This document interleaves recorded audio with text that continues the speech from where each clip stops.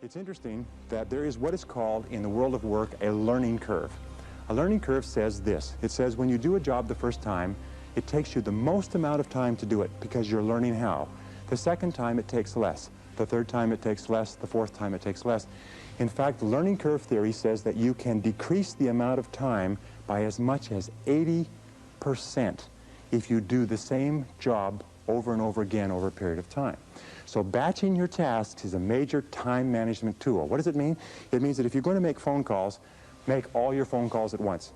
Have your calls held, make them all at once. If you're going to do invoices, do all the invoices at once. If you're going to do correspondence, do all the correspondence at once. If you're going to read and catch up, read everything at once.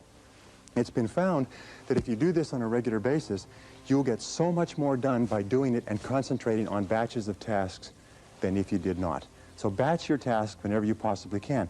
Imagine what most people do is they do a little bit of telephone call, a little bit of correspondence, a little bit of this, a little bit of that, and they have no learning curve at all. Each one takes the maximum amount of time. So batch your tasks. Put groups of tasks together at once and do them at once. Number 11, develop a sense of urgency. A sense of urgency is a quality that is possessed by only 2% of the population. 2% of the population do things fast. 2% of the population have a bias for action. In Tom Peters' wonderful book, In Search of Excellence, he says that all the excellent companies have a bias for action. And all of the companies that do not classify or do not come into the excellence category do things when they get around to it. You call them up and you have a problem or a complaint. You hear from them 3 or 4 weeks later. But the excellent companies, you call up with a problem or a complaint, and bang, there's somebody back to you in 2 minutes. If you ever want an experience, call IBM, call Hewlett-Packard, and say, I'm having a problem getting some information. I'm having a problem with my PC. They won't let you off the phone until they've taken care of you. You call the other companies, they'll say, it's not my job. They say, the guy who takes care of that isn't here. When will he be back? I don't know.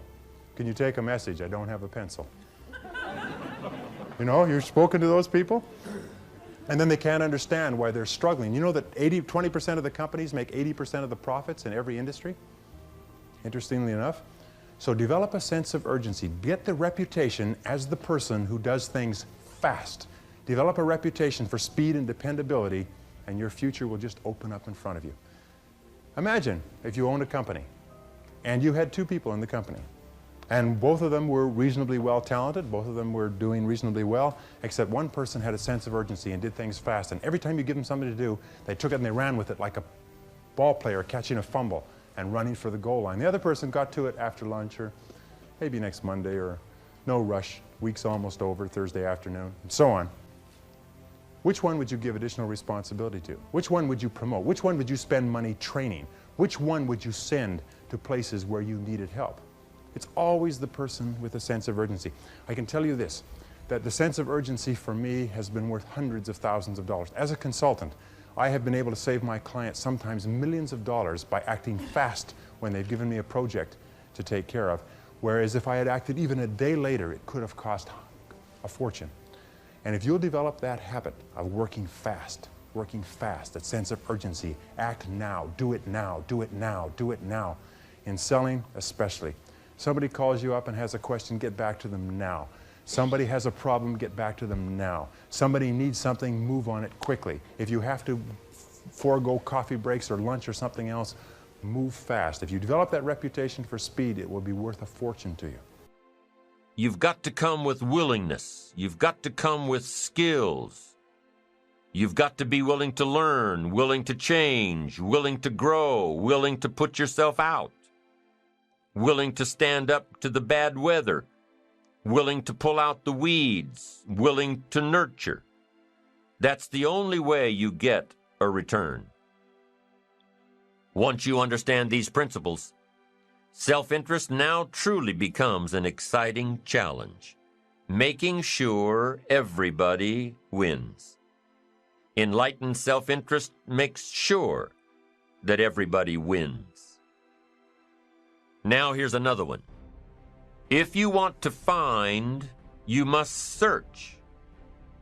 And if you search, you will find. In order to find, you must search. You must go to church. You must go to the seminar. You must go to the library. You've got to go to the bookstore. You've got to go to the class. You've got to go to the training. You've got to go searching. Why? If you search, you will find. You'll find ideas. You'll find inspiration. You'll find hope. You'll find contacts. But you've got to be out there, on the search, on the look. Life reserves its treasures for those who deserve it, not those who need it. Enlightened self-interest, giving so that you will receive, searching so that you will find, making sure that everybody wins all the way around. Enlightened self-interest needs to be educated.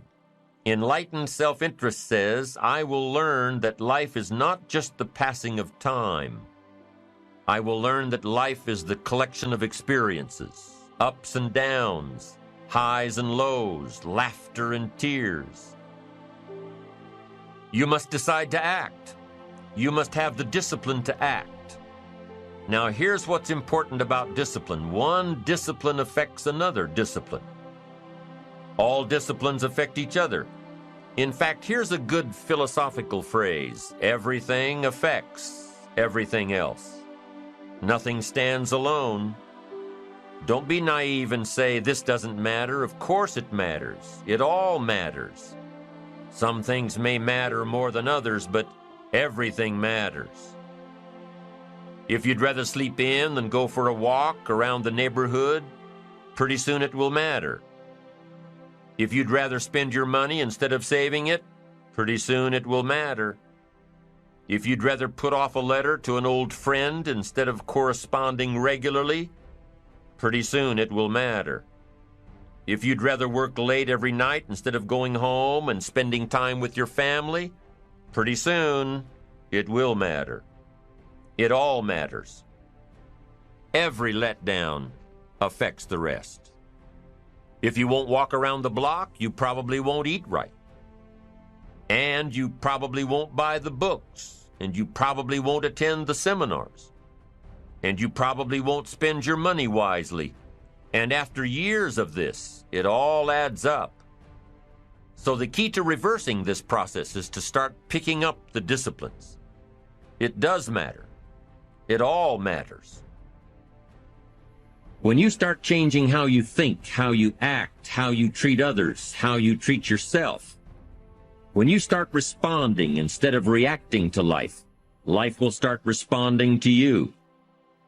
I'm telling you that you can do it with your lifestyle. You can do it with your sales career.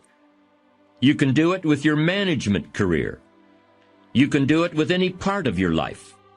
If you are looking for equities unmatched, don't curse the only thing you have: seed and soil, sunshine and rain, miracle and seasons.